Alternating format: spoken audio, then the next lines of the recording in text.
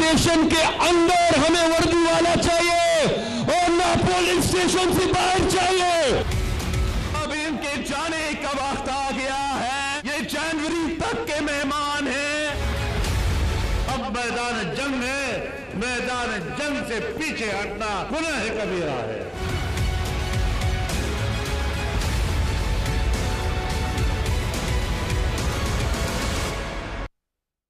Very warm welcome to Newsline. मैं हूं doctor Maria Zulfiqar Khan. Views, अफसोसनाक खबरें आई हैं आज पाकिस्तान के दो सियासी ख़ानदानों के हवाले से। आज बेगम शमीम अख्तर, नवाज शरीफ और शहबाज शरीफ की वालिदा मोहतरमा का लंदन में इंतकाल हो गया है। इसके अलावा दानियाल अजीज़ के वालिद और बुज़ुर्ग सियासी रहनुमा चौधरी अनवर अजीज़ साहब का भी आज इंतकाल हो गया है। मरहूमीन की मग़फ़िरत और दर्जात की बुलंदी और उनके पसमानदगान के लिए सब्र जमील की दुआ है। दुख की इस घड़ी में हम सोगवारान की उनसे दिली ताज़ियत करते हैं। मुल्की सियासी हालात पर अगर नज़र डालें तो PDM का पेशावर में जलसा आज हो चुका है। तमाम तर तनकीद और खदशात को नज़रअंदाज करते हुए अपोजिशन ने कोरोना वबा की दूसरी लहर के दौरान अपना ये जलसा किया है। अपोजिशन के दावे थे कि SOPs की पासदारी करवाई जाएगी, लेकिन ऐसा कुछ नहीं हो सका क्योंकि हज़ारों अफराद हों तो SOPs पर अमल नामुमकिन ही होता है। बहरहाल अपोजिशन ने अपनी ज़िद पूरी की है और इस जलसे में भी कोई नई बात नहीं हुई। वही बातें जो गुज़िश्ता 3 जलसों में हो चुकी हैं वही हुई। तो फिर सवाल ये है कि इन्हीं बातों को पेंडेमिक के दौरान आवाम को जमा करके सुनाने से क्या हासिल होगा। इसी पर वज़ीर आज़म ने अपोजिशन को तनकीद का निशाना बनाते हुए कहा है कि अपोजिशन NRO के हसूल की मायूस कुन कोशिश में नहायत सफाकियत से आवाम की जिंदगियाँ और रोज़गार तबाह कर रही है। मैं वाज़े कर दूं कि ऑपोजिशन लाखों जलसे कर ले, NRO नहीं मिलेगा। उनका मज़ीद कहना था कि लॉकडाउन की तरफ नहीं जाना चाहते, लेकिन अगर केसेस की शरह में इजाफा हुआ तो लॉकडाउन की तरफ जाना पड़ेगा और नताइज की जिम्मेदार PDM होगी। अब हालात किस तरफ जा रहे हैं, केसेस में जिस तरह इजाफा हो रहा है, तो क्या आने वाले दिनों में हुकूमत लॉकडाउन की तरफ जा सकती है? दूसरी जानिब पंजाब हुकूमत ने वाज़े ऐलान कर दिया है कि PDM को जलसों की इजाज़त नहीं दी जाएगी। दोनों फरीकैन में मुज़ाकरात की कोई सूरत बनती नज़र नहीं आ रही। कोरोना बढ़ रहा है तो ऐसी सूरत में हालात किस डगर पर जाएंगे, इस पर हम बात करेंगे। हमारे साथ मुसादिक मलिक साहब, डॉक्टर मुसादिक मलिक साहब जो हैं वो मौजूद हैं। साथ ही साथ हमारे साथ फवाद चौधरी साहब भी जो हैं वो कुछ ही देर में हमें जो है वो ज्वाइन करेंगे। तो पहले अगर मुसादिक साहब से अगर गुफ्तगू का आगाज़ करूँ। मुसादिक साहब, बहुत बहुत शुक्रिया, आपने वक्त निकाला। मुसादिक साहब, ये कहा गया था कि क्योंकि बड़ी तनकीद हो रही थी कि इस वक्त पेंडेमिक का टाइम है, जलसे नहीं करने चाहिए, तो कहा गया कि हम SOPs की पासदारी करवाएंगे। विजुअल्स आपने भी आज देखे, इवन स्टेज पे जो विजुअल्स थे वहाँ भी किसी ने जो है सच पासदारी नहीं की हुई थी। तो सर, फिर आप समझते हैं कि ऐसे टाइम में जब कोरोना बढ़ रहा है और पासदारी नहीं करवा हो नहीं सकती, तो डू यू थिंक कि this is the right decision कि जलसे किए जाने चाहिए और इसी तरह होने चाहिए? देखिए, सबसे पहली बात जो है वो आपने सही कहा। मैंने भी आज जब देखा तो उसमें वो जो एहतियात लाजिम है वो कम नज़र आई। कुछ लोगों ने मास्क पहन रखे थे मगर बहुत से लोगों ने मास्क नहीं पहन रखे थे। तो मैं ये समझता हूँ कि हमने लाखों मास्क जो हैं PDM की मुख्तलिफ जमातों ने और PMLN ने उनका हसूल किया है, वो मुफ्त बांटे जा रहे हैं। मगर हमें तरीक़ाकार जो है उसको बेहतर बनाना पड़ेगा ताकि हर बंदा जो दाखिल हो और हर बंदा जो वहाँ पे मौजूद हो वो मास्क पहन के कम से कम मास्क पहना हो और उनके दरमियान में फासला भी ज़्यादा हो। ये बहुत दोनों बड़ी अहम चीज़ें हैं जिनके ऊपर हमें काम करना होगा अगर हम ये प्रोटेस्ट आगे लेकर जाना चाहते हैं, क्योंकि हमारे नुक्ता नज़र से एहतियात भी लाजिम है और मौजूदा हालात में जो हालात हुकूमत ने कर दिए हैं एहतजाज भी लाजिम है। तो अगर ये दोनों करने हैं तो दोनों हमें हैंड इन हैंड लेकर चलने होंगे और आज उसकी बहुत सी चीज़ें सामने आई हैं जिसमें हमें बहुत काम करना पड़ेगा और काम करना चाहिए। अच्छा, दूसरी बात जो है वो ये है कि अगर आप ये समझती हैं और अगर मुल्क वाकई ये समझता है कि हमें इस वक्त एहतजाजी जो पूरी मूवमेंट है उसको सस्पेंड करना चाहिए, तो फिर एक मुअस्सर लॉकडाउन हमें नज़र आना चाहिए। हमें ये नज़र आना चाहिए कि हुकूमत इस मामले में सीरियस है और सीरियसली एक लॉकडाउन जो है उसको कर रही है। अब मैं लाहौर में मौजूद हूँ, यहाँ पे किसी जगह पे कोई लॉकडाउन नहीं, यहाँ पे हर चीज़ खुली है। आपको याद होगा कि पिछली मरतबा जब कोरोना की वबा फैली तो खाना खुदा और रसूल पाक का जो रोज़ा है वो भी वक्ती तौर पे बंद कर दिए गए ताकि कोरोना की वबा ना फैले। लेकिन पाकिस्तान में तो आपको कुछ नज़र नहीं आ रहा। कल हुकूमत ने अल्लाह मौलाना रिजवी साहब जो हैं, खादिम रिजवी साहब, उनकी रूह को अल्लाह आला तरीन दर्जात उनको जन्नत में मिले और उनकी ये साले रूह के लिए हम सब दुआ गो हैं। लेकिन कल उनका जो जनाजा था उसमें 5-10 लाख लोग आए और हुकूमत ने इजाज़त दी, बाकायदा लाहौर की और पंजाब की एडमिनिस्ट्रेशन ने इजाज़त दी कि आप मीनारे पाकिस्तान में ये पढ़ाएं। उनसे बात की जा सकती थी कि कोई सेफर तरीका कार। अब अगर हर चीज खुली है, मॉल्स भी खुले हैं, स्कूल भी खुले हैं, कॉलेज भी खुले हैं, फैक्ट्री भी खुली हैं, दुकानें भी खुली हैं, बानो बाजार और अनारकली भी खचाखच भरे हुए हैं, लेकिन आप मोतरज़ सिर्फ उन चीजों पे हैं जहां पे आपके खिलाफ एहतजाज ऑपोजिशन कर रही है। फिर इससे एक सस्पिशन सामने आता है कि भाई ऐसा तो नहीं कि आप सिर्फ एहतजाज रोकना चाहते हैं, आप गर्ज बीमारी से नहीं है, बल्कि आपको गर्ज इस बात से है कि हमारे खिलाफ कुछ काम ना हो, कोई काम ना हो। अगर इस बात आप आगे बढ़ाना चाहें, अगर आप वक्त हो तो मैं एक जी प्लीज। आप कि ये बीमारी पिछले महीने से आप देखें कोरोना को, जो हुकूमती डेटा है पेश कर रहा हूँ, हर 3-4 दिन के बाद नंबर ऑफ पेशेंट्स भी डबल हो रहे हैं और अमवात की शरह भी डबल हो रही है। पिछले महीने के अवाइल में 1 या 2 लोग थे हमारी मौत की शरह, अब वो आज कितने बढ़ गए हैं।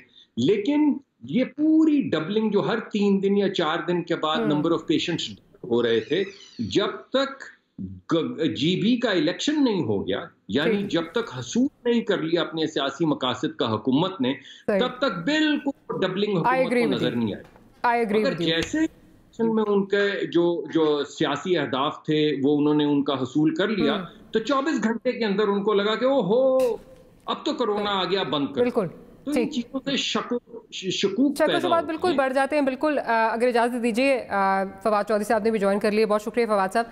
फवाद साहब, ये तो खैर बातें हम काफ़ी दिनों से हो रही हैं कि जीबी का इलेक्शन के बाद एकदम से हुकूमत को जो है वो याद आया। मैं उसकी उस तरफ नहीं जाती, लेकिन मुझे ये बताइए कि आज के दिन ही खैबर पख्तूनख्वा की हुकूमत ने ही स्वात में एक जलसे की जो है वो इजाज़त दी है। जमात इस्लामी का जलसा हुआ है। अब मैं बिल्कुल ये डिनाई नहीं कर रही कि पैंडेमिक का माहौल नहीं है, केसेस तेज़ी से नहीं बढ़ रहे, लेकिन जब फिर आप इस तरह की चीज़ें करेंगे कि, और ये हम चला भी रहे हैं, ज़िला इंतज़ामिया ने बाकायदा इजाज़त दी है, जब इस तरह की चीज़ें होंगी फिर अपोजिशन तो इन पे कैपिटलाइज करेगी। तो क्या वजह है कि स्वात में जलसे की जो है वो इजाज़त दे दी? वो भी केपी का हिस्सा है, वहाँ पे भी 12.1% ही जो है वो पॉजिटिविटी उसी ज़ुमरे में आता है। तो क्या वजह है सर, वहाँ पे क्यों इजाज़त फिर दी है? देखिए, पहली बात तो ये है कि इजाज़त देना तो जो डिस्ट्रिक्ट एडमिनिस्ट्रेशन है उसका इख्तियार ही नहीं रहता। जब एक दफ़ा एनसीसी ये फैसला करती है और एनसीओसी की रिकमेंडेशंस के ऊपर एक चीज़ फाइनल होती है, तो उसके बाद इजाज़त जो डिप्टी कमिश्नर्स का या डिस्ट्रिक्ट गवर्नमेंट का इजाज़त देना जो है वो तो वैसे ही मुमकिन नहीं रहता। सो मुझे नहीं पता जो आप डॉक्यूमेंट दिखा रही हैं, अगर मैं नहीं देख पा रहा, लेकिन कतईयत यही है कि ये इलीगल होगा अगर हुआ है, क्योंकि खैबर पख्तूनख्वा की हुकूमत भी एनसीसी के फैसलों में शरीक है और उन्होंने भी कहीं पर इजाज़त देने, हमने अपने सारे जलसे कैंसिल कर दिए हैं, तो जमात इस्लामी वालों को हम क्यों इजाज़त देंगे, किसी और को हम क्यों इजाज़त देंगे जब हम अपने खुद ही जलसे नहीं कर रहे। दूसरी बात यह है कि अभी जिस तरह से डॉक्टर साहब ने एक लंबी चौड़ी तमहीद बांधी, जिसकी मुझे तो समझ नहीं आई कि वो कहना क्या चाहते हैं। अगर इनकी अपनी सेनेट में तकरीर उठा के देखें जिसमें वो इन्होंने ही सबसे पहले ये कहा था कि मुकम्मल लॉकडाउन होने चाहिए और लुट गए जाएंगे, मर जाएंगे, बर्बाद हो जाएंगे अगर आपने लॉकडाउन नहीं किया। वो तो शुक्र है हमने नहीं किया और शुक्र है कि हमने इनकी कोई बात नहीं मानी है और उसकी वजह से पाकिस्तान की जो मुआशी तबाही थी वो नहीं हुई और उसके बाद हमने कोरोना का भी बड़ी अच्छी तरह मुकाबला किया। अभी भी सबसे पहले जो मीटिंग्स कैंसिल की हैं या जलसे कैंसिल किए हैं वो तो हमने अपने जलसे कैंसिल किए हैं और पीटीआई के जो जलसे हैं वो तो बहुत बड़े इज्तिमात हैं। अभी देखिए, पीडीएम की तो 11 जमातें मिलके भी आज पेशावर में बहुत कम क्राउड जमा कर सके उस हिसाब से।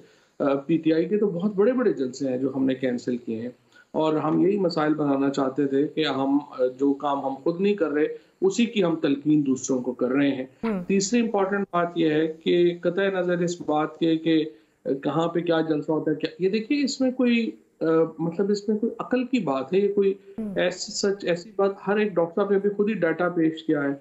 अगर आपको डाटा का पता है और तमाम मीडिया पे हर जगह के ऊपर फिगर्स आ रही हैं, ग्राफ आ रहे हैं, अगर आप पहुंचे जा रहे हैं तो फिर आप अपनी जिम्मेदारी खुद ही महसूस करेंगे।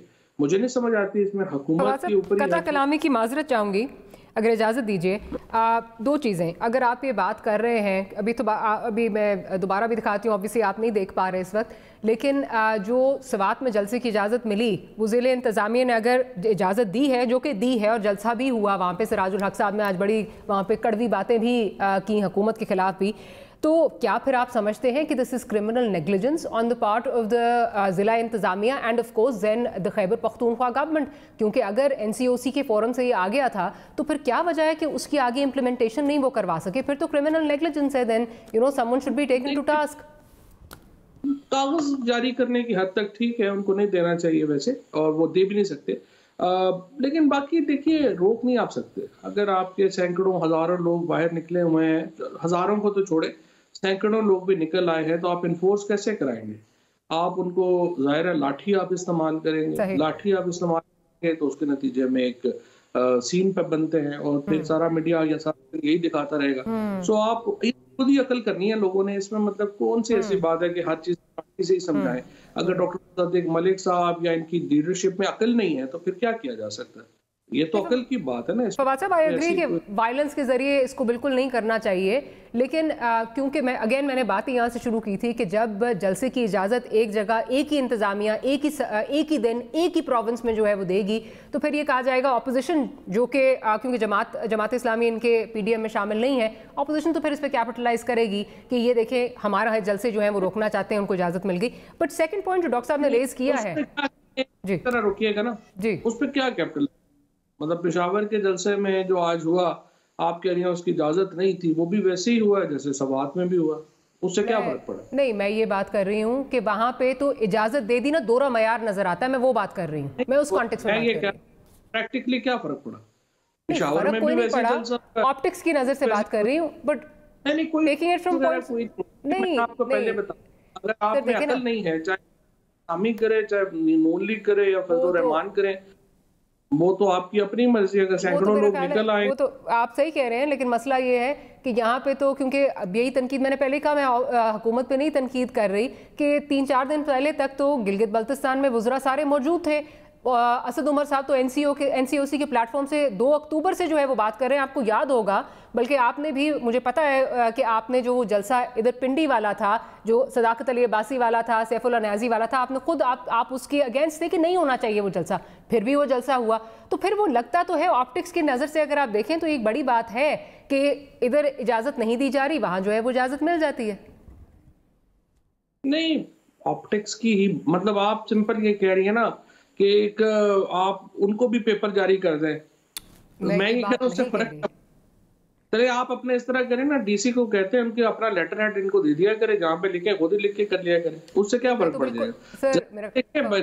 सवाल तो ये है ना, जो आपने पहले बात की, सवाल तो या तो आप ये सजेस्ट करें कि इनके जलसों को रोकना चाहिए और बजोर ताकत रोकना चाहिए, और फिर उसमें जो है वो गिरफ्तारियां भी होनी चाहिए और लोगों को अंदर जेलों में भी कैद करना चाहिए, या तो आप ये मौकफ लें या फिर आप ये मौकफ। मैंने तो बात की कि आपने थोड़ा सा लेट ज्वाइन किया, माजरत के साथ मैंने उठाई बात यहाँ से थी, डॉक्टर साहब से मैंने पूछा कि आपने कहा पासदारी करवाएंगे, वो नहीं करवा सके, ऑब्वियसली पासदारी होनी चाहिए, but all I am saying is कि दोनों साइड्स इस वक्त लगता है रेटरिक पे खेल रही हैं, that is all I am saying. और डॉक्टर साहब का वैलिड एक पॉइंट ये है कि अगर जिस तरह, और वाकई ये चीज़ है, तमाम बाजार हमारे उसी तरह चल रहे हैं, सब कुछ हो रहा है, हमें ये चीज़ अगर, क्योंकि नंबर्स बहुत तेज़ी से बढ़ रहे हैं, लास्ट टाइम जब लॉकडाउन किया था 5% पे थे पॉजिटिव केसेस, इस वक्त 6.4 पे जा रहे हैं और तेजी से बढ़ रहे हैं, तो वहां पे भी फिर चीजें जो हैं वो होनी चाहिए। Again coming back to this thing कि फिर ऑपोजिशन इस पे कैपिटलाइज करेगी कि जब ये भी चीज हो रही है, वो भी चीज हो रही है, तो हमें क्यों रोका जा रहा है? बाजार भी चल रहे हैं, रेस्टोरेंट्स भी चल रहे हैं, वगैरह वगैरह, हमें क्यों रोका जा रहा है? वगैरह में मैं देख, जहां कम से कम मुझे तजुर्बा हुआ है, काफी SOPs फॉलो भी हो रहे हैं, ऐसा भी नहीं है कि नहीं हो रहे, कई जगहों पे नहीं भी हो रहे, लेकिन कई जगहों पे SOPs फॉलो भी हो रहे हैं। और देखिए हमने एक बैलेंस क्रिएट किया है। पाकिस्तान की तो दुनिया मिसाल दे रही है। पहले भी हमने एक बड़ा बैलेंस क्रिएट किया अपनी मईशत के दरमियान और अपने लोगों को, और कोरोना में जिस तरह से हम बचे, हम वही पॉलिसी दोबारा हम लेके आए हैं और मेरा ये ख्याल है कि वो इफेक्टिव है। पहले भी इफेक्टिव रही है, अब भी इफेक्टिव रही है। हम पूरी बाजार ये चीज़ें बंद नहीं कर सकते। गैर ज़रूरी एक्टिविटीज़ जैसे कि जलसे जुलूस हैं इस वक्त जो पीडीएम कर रही है या बाकी लोग कर रहे हैं, इवन पीटीआई के कई लोग कर रहे हैं, आज फिरदौस आशिक अवान साहिबा ने जो है वो रैली की, ये गैर ज़रूरी एक्टिविटीज़ है, ये नहीं होनी चाहिए।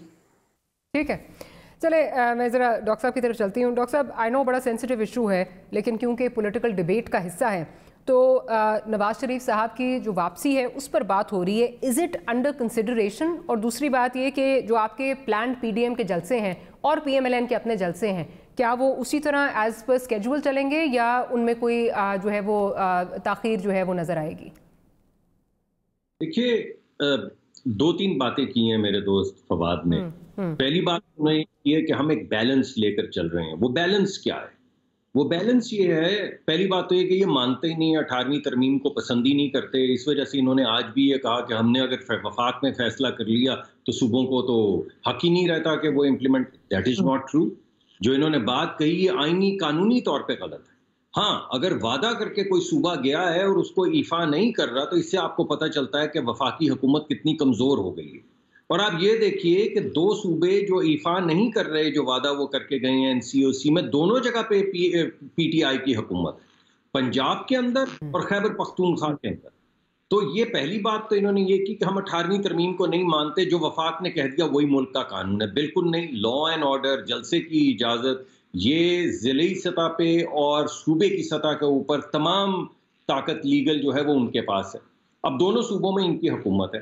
पिछले 48 घंटे में कल इन्होंने जनाजे की भी इजाजत दी, वो बाकायदा इजाजत के साथ किया गया, जिसमें 5-10 लाख लोगों ने शिरकत की।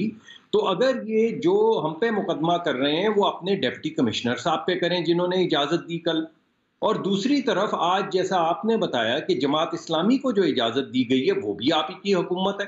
तो कमाल है, आपका किस तरह का वफाक है कि आपके अपने सूबे जहां पे आपकी हुकूमत है आपकी बात सुनने को तैयार नहीं है। हाँ, आपकी आधी बात बैलेंस में सुनते हैं, जिसको आप बैलेंस कह रहे हैं। वो ये है कि अगर ऑपोजिशन कोई जलसा करे तो बैलेंस ये है कि उनको इजाजत ना दे, लेकिन बैलेंस ये है कि अगर कोई इत्तेहादी करे या अगर हमने कहीं जलसा करना हो, जैसे आपने अभी फिरदौस आशिक अवान साहिबा का भी खुद ही नाम ले लिया, तो बैलेंस में उनको इजाजतें मिलती रहें, वो जलसे चलते रहें, चाहे वो वजीर आजम का फैसलाबाद का जलसा हो, चाहे वो तमाम इजलास हों जो आपने किए हैं गिलगित बल्तिस्तान में। तो ये बैलेंस आपका बहुत ज्यादा पॉलिटिकली मोटिवेटेड है, और इसका नतीजा ये है कि मेरी तरह के लोग जो बड़ा एग्रेसिवली चाहते हैं कि पूरे मुल्क में लॉकडाउन हो, अगर एक मौसर लॉकडाउन इस वक्त वबा के लिए अगेंस्ट ये कर रहे होते तो अपनी पार्टियों में भी, हम पार्टी के पाबंद हैं हर फैसले के, लेकिन हमारी लॉबिंग कैपेबिलिटी बेहतर हो जाए, यानी हम अपनी पार्टी के अंदर भी और ऑपोजिशन की तमाम जमातों में भी ये मुकदमा लेकर आगे जा सकें कि देखें हर चीज बंद हो रही है। मगर मुसीबत यह है कि कुछ बंद नहीं हो रहा सिवाय सिर्फ ऑपोजिशन जमात के जुलूसों के। तो उससे जो लोग ये बात आगे बढ़ाना चाहते हैं उनको भी आप कमजोर कर रहे हैं, क्योंकि आप अपनी पॉलिटिकल मोटिवेशन बार बार सामने ला रहे हैं। अभी पिछले हफ्ते आपके जो वजीर थे मिर्जा साहब, जो पुराने वजीर थे जिन्हें आपने माजूल किया, उन्होंने एक इंटरव्यू में कहा कि हम जो डेटा दे रहे हैं वो डेटा गलत है। यानी वो साहब जो एनसीओसी की मीटिंग में बैठते हैं, जो वफाकी वजीर का रुतबा रखते रहे हैं सेहत में और पिछली पूरी फर्स्ट वेव के चैंपियन थे, उन्होंने एक इंटरव्यू में कहा कि हमारा डेटा ठीक नहीं है।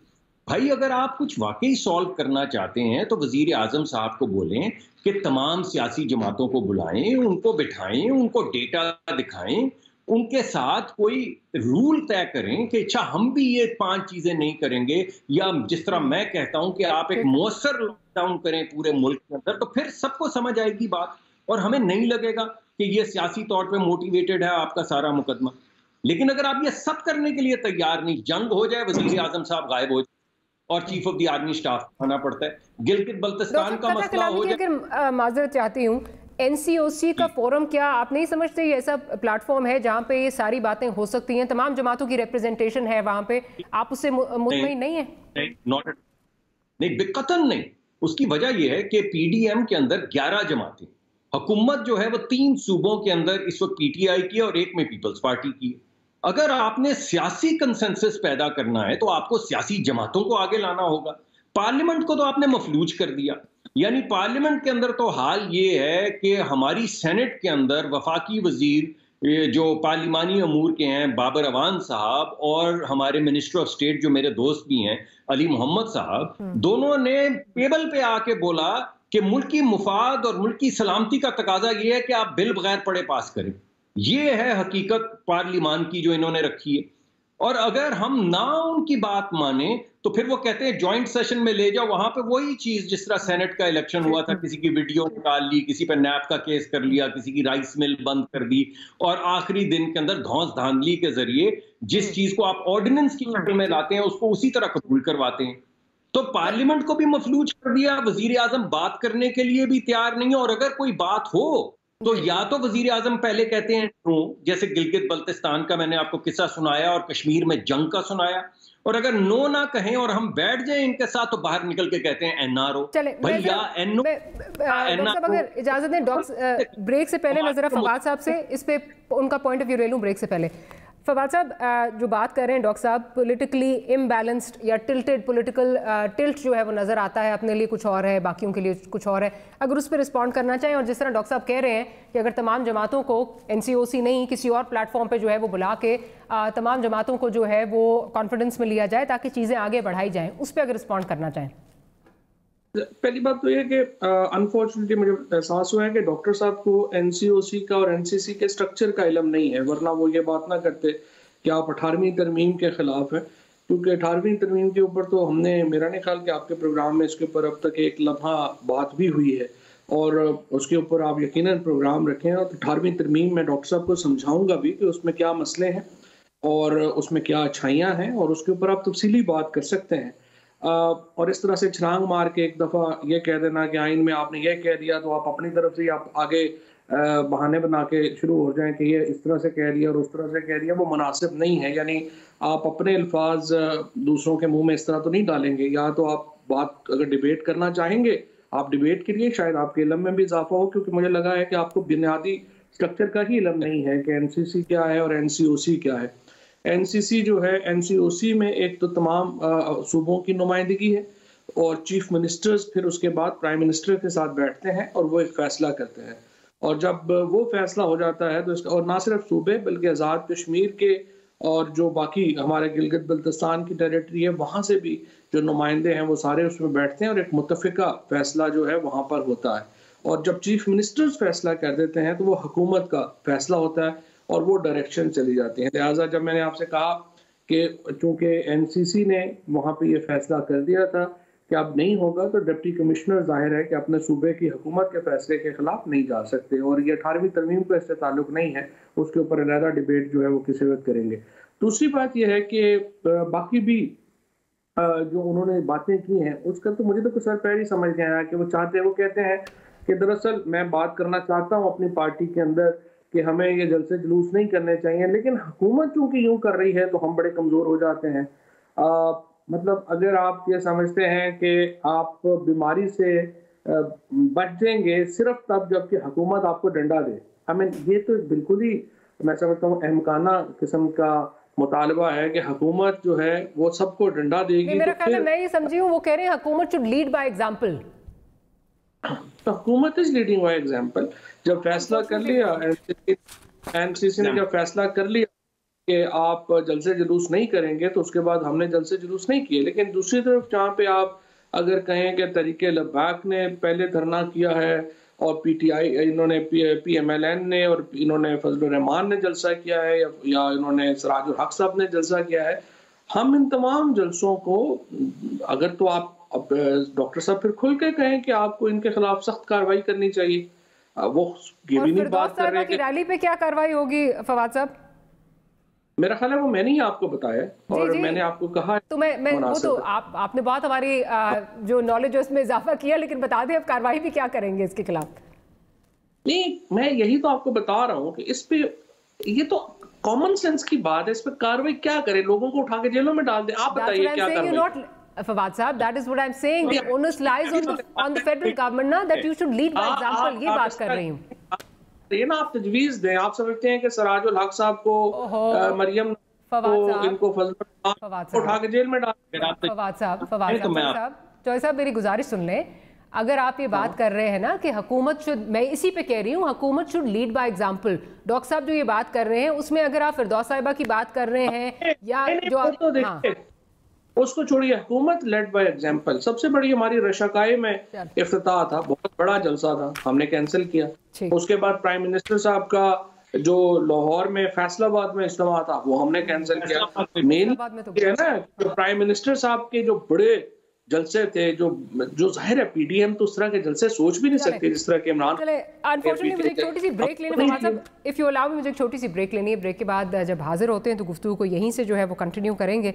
लेकिन यही कशमकश चल रही है कि हुकूमत क्या कर रही है और अपोजिशन क्या कर रही है. तो कल भी मैंने ये कहा था, इसमें सोचना आपने है कि आपने कहाँ जो है वो खड़े होना है. आपने अपनी सेहत को मद्देनज़र रखना है या वो करना है जो अपोजिशन कह रही है, या हुकूमत के जो इस वक्त SOPs हैं वो फॉलो करने हैं. छोटी सी ब्रेक लेते हैं, ब्रेक के बाद दोबारा हाजिर होते हैं.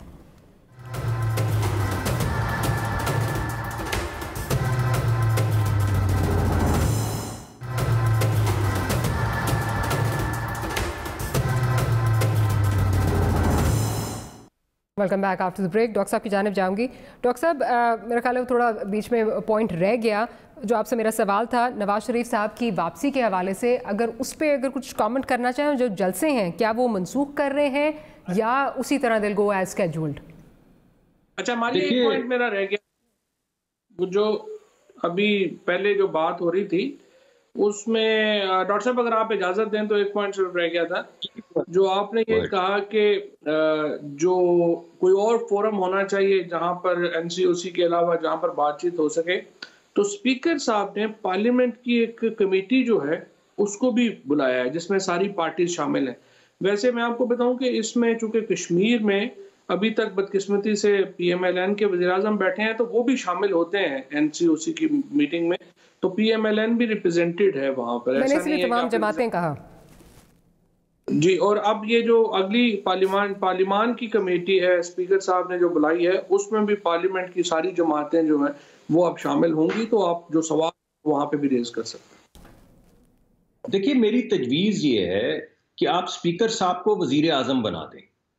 उसकी वजह यह है कि वजीर आजम का तस्वाइब बल्ले साइन करने के अब कोई काम नहीं रह गया. मुल्क में अगर जंग हो जाए तो चीफ ऑफ द आर्मी लेकिन वो नहीं बुलाते.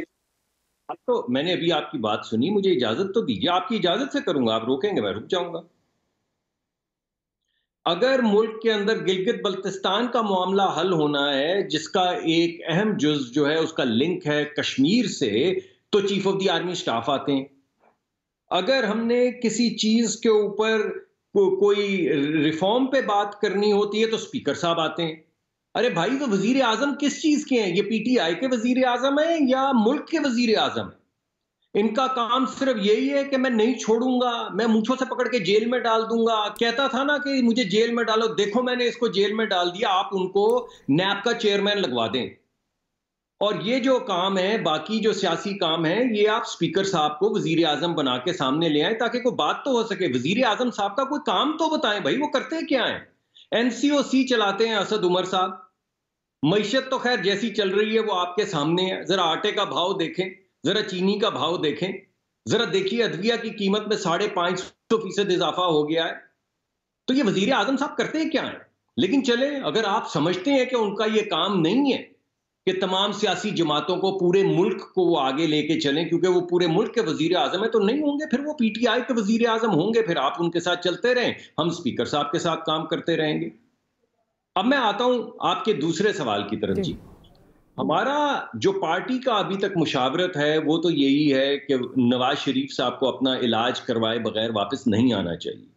उसकी वजह है कि जिस तासुब के साथ उन पे मुकदमे किए जा रहे हैं, अभी आपने देखा कि शाहदरा के अंदर उनको ऊपर आपने बगावत का, गद्दारी का मुकदमा दायर किया. यानी आपने हर किस्म का मुकदमा जिसमें सजाए मौत हो सके आपने उन पे दायर कर दिया है, ताकि जब वो आए यहाँ पे तशरीफ लाएं तो आप उनको भरपूर अंदाज में पॉलिटिकली विक्टिमाइज कर सकें, जैसा आपने किया है. हमारी पार्टी में कोई एक शख्स बताएं जिसको जेल में आपने नहीं भेजा. शाहिद अब्बासी, एहसन इकबाल, आप किस बंदे का नाम लेंगे? राना सनाउल्लाह को पहले आपने थ्रेट किया, फिर जब आपको कुछ नहीं मिला तो आपने 30 किलो हेरोइन डाल के उनको जेल में और फांसी की काल कोठरी में डाल दिया। अब आप किस किस का नाम लें? 2 मरतबा मरियम को जेल में डाल चुके हैं, नवाज शरीफ साहब को 2 मरतबा डाल चुके हैं, शहबाज शरीफ साहब को डाल चुके हैं, हमजा साहब को डाल चुके हैं, मिफ्ता इस्माइल हमारे दोस्त को डाल चुके हैं, जिस पे कभी किसी ने उंगली नहीं उठाई। अब आप बताइए वो रह कौन गया है जिसको आप जेल में डाल सकते हैं? तो आप इस तरह की पॉलिटिकल विक्टिमाइजेशन कर रहे हैं, जिसके नतीजे में पार्टी का इस वक्त का ख्याल ये है कि उनको, नवाज शरीफ साहब को नहीं आना चाहिए जब तक उनका इलाज मुकम्मल ना हो जाए, क्योंकि उनको जिंदगी का खतरा होगा। जब वो यहां पे जेरे इलाज थे तो खुद आपने उनको कहा कि इनकी जिंदगी को खतरा है। वो जेल में थे, जब उनको दिल का दौरा पड़ा तो आप अगर इलाज कर सकते थे और उनका पाकिस्तान में हो सकता था, जेरे हिरासत थे तो इलाज करवा लेते ना भाई। उस वक्त तो आपके किसी डॉक्टर ने उनको हाथ नहीं लगाया। फिर वजीर आजम ने काबीना के अंदर दिल पे हाथ रख के कहा कि मैं तमाम इन्वेस्टिगेशन कर चुका हूं, इनका यहां इलाज नहीं हो सकता, इनको भेज दें। अब उनका इलाज होगा तो फिर वो वापस आएंगे ताकि आपकी पॉलिटिकल विक्टिमाइजेशन का सामना कर सकें। और जलसों का अगर बता दीजिए, जो आपके प्लान जलसे हैं जी। कि अगर, तो मैंने जैसा पहले कहा, इस मामले में मेरा अपना एक मौकफ है। अगर हुकूमत एक सब पार्टीज को बिठा के एक तरीका एक कार तय करे कि किस तरह लॉकडाउन होंगे, किस तरह डेटा सबसे शेयर किया जाएगा, तो एक इम्कान है कि तमाम सियासी जमातें आपकी बात सुने, समझें और फिर एक मुश्तरका लाया अमल हम तय कर लें। लेकिन अगर आप जिस रविश पे चले हुए हैं कि हमारा बिल्ला जो है वो टॉमी और तुम्हारा बिल्ला, तो फिर ऐसे तो नहीं चलेगा, फिर तो ये तमाम जलसे होंगे। डॉक्टर साहब, लेकिन एक चीज बताइए, लगता है जिद ये है कि प्राइम मिनिस्टर साहब इसको लीड करें, वरना तो स्पीकर साहब ने भी दावत दी, उसको आप लोग रिफ्यूज कर चुके हैं। तो फिर जिद ये है कि प्राइम मिनिस्टर साहब खुद आएं और आके आपसे मुज़ाकरात करें या आपको आके जो है वो ब्रीफिंग दें, वरना तो प्लेटफॉर्म मौजूद है। मैडम बेशक मत करें। सवाल ये पैदा होता है कि ये स्वीडन के प्राइम मिनिस्टर है। अरे भाई, पाकिस्तान के प्राइम मिनिस्टर है ना, तो पाकिस्तान में वबा फैली है, पाकिस्तान की ऑपोजिशन है। अगर आपने बात करनी है तो करें, अगर आपने बात नहीं करनी तो मत करें। मगर एक चीज नहीं होगी, वो जो हमेशा से आप करते हैं कि पहले बात करो फिर 4 वजीर बाहर जाके एनआरओ का नारा मार दें। नहीं भाई, फिर उसका जवाब नो है। अच्छा, लेकिन अगर आप के ऊपर तहजीब याफ्ता तरीके से इन गुड फेथ बात करना चाहते हैं तो आप तशरीफ लाएं। आप समझते हैं वजीर आजम अहल नहीं है, काबिल नहीं है, या उनको ये काम करना नहीं आता, या उनको नहीं करना चाहिए क्योंकि वो किसी और मुल्क के वजीर आजम है, तो रहने दें फिर।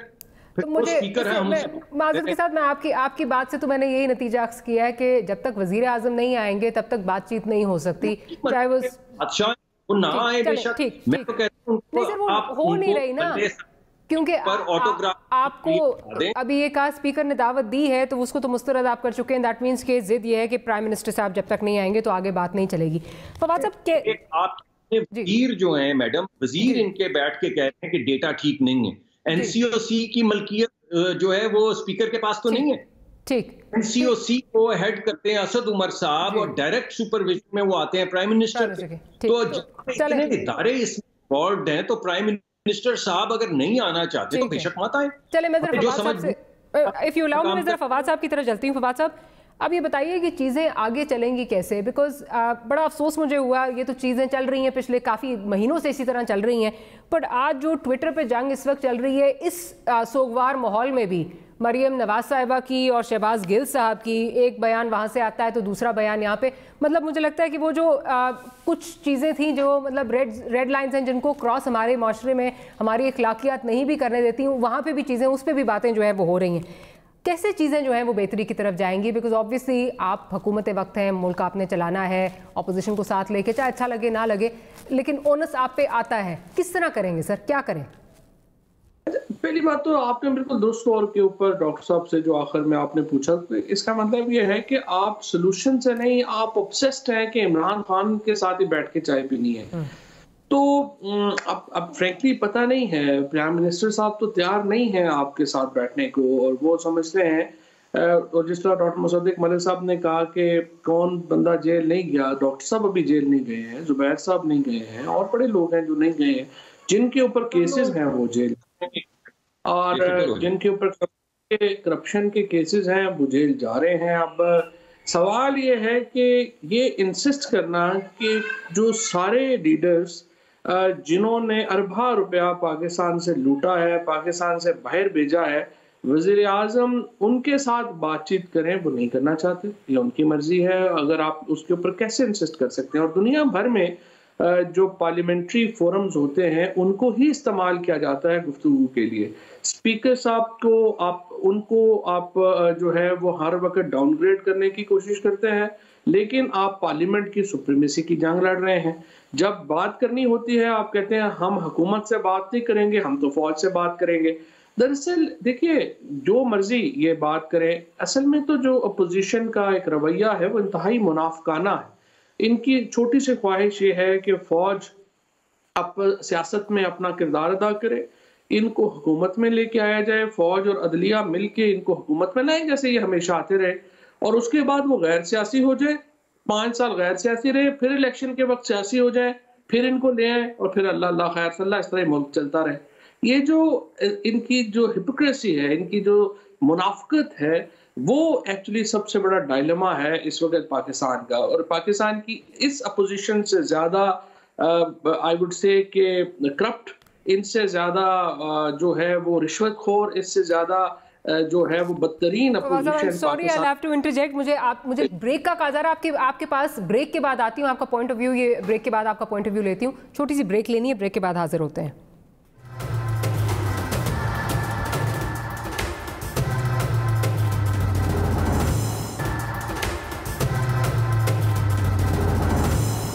Welcome back after the break. जी फवाद साहब, आपकी तरफ आऊंगी अगर आप बात कंप्लीट करना चाहें अपनी। जी, तो बेसिकली तो देखिए ना कि ये जो अपोजिशन की जो मुनाफिकत है वो एक बुनियादी मसला है पाकिस्तान में। मिसाल के तौर के ऊपर आपने देखा कि अभी गिलगित, और दूसरा इस वक्त तो एक चोंचों का मरबा है, इनको समझ ही नहीं किसकी कौन क्या कर रहा है, क्या चाहता है, क्या है। एक दिन एक बात करते हैं, दूसरी बात दूसरी करते हैं।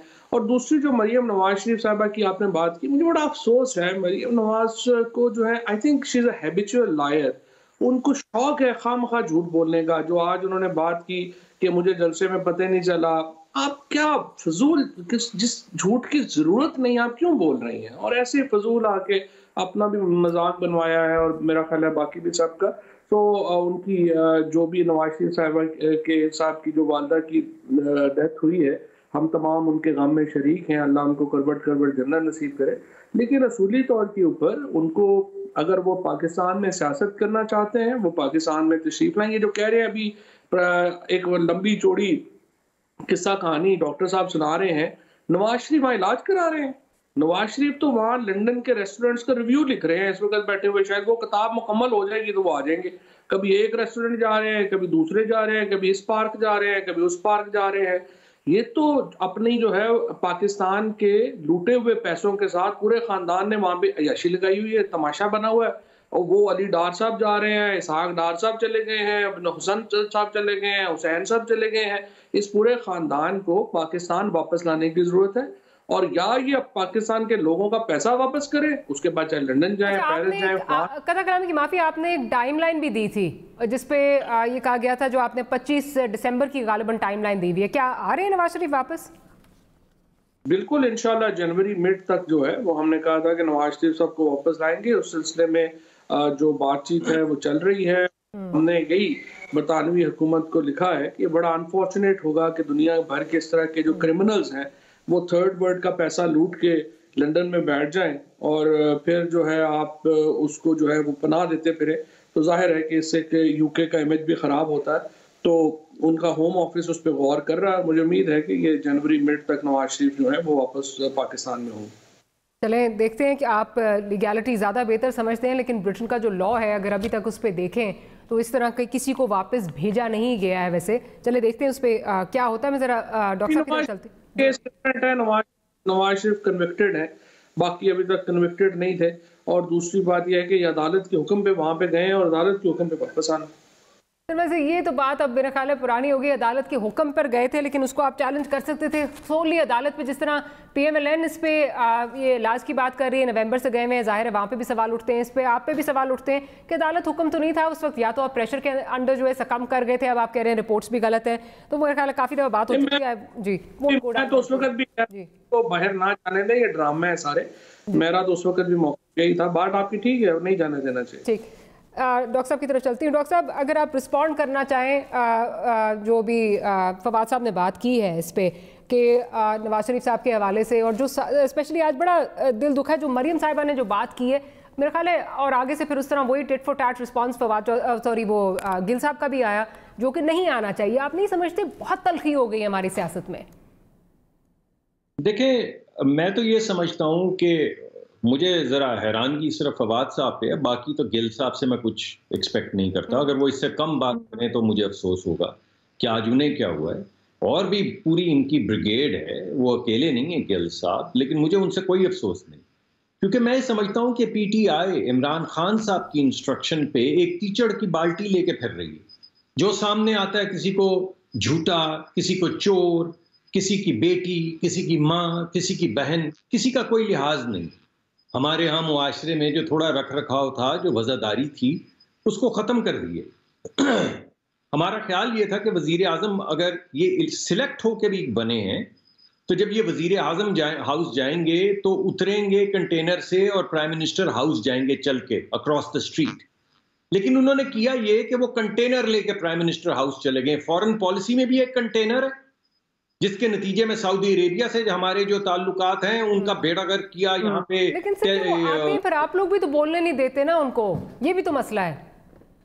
यानी इस तरह की गाली गलोच, इस तरह की गुफ्तगू जो हो रही है, मैंने तो नहीं की है कभी भी, मेरे भाई ने की है। कोई ऐसी बात नहीं है, मैं उसको रिपीट नहीं करूंगा, आपने सुनी ली है। कोई ऐसा लफ्ज नहीं है, एडजेक्टिव नहीं है जो इस्तेमाल वो कर सकते थे जिसमें कोई चोर, कोई गलाजत उन्होंने नहीं छोड़ी है फेंकने के लिए। और उन्होंने लिहाज नहीं किया कि कोई बेटी है, बहन है। Sorry, I have to interject है क्योंकि प्रोग्राम जो है वो क्लोज करना है। डॉक्टर मुसादिक मलिक साहब आपका बहुत शुक्रिया, फवाद चौधरी साहब आपका भी बहुत शुक्रिया।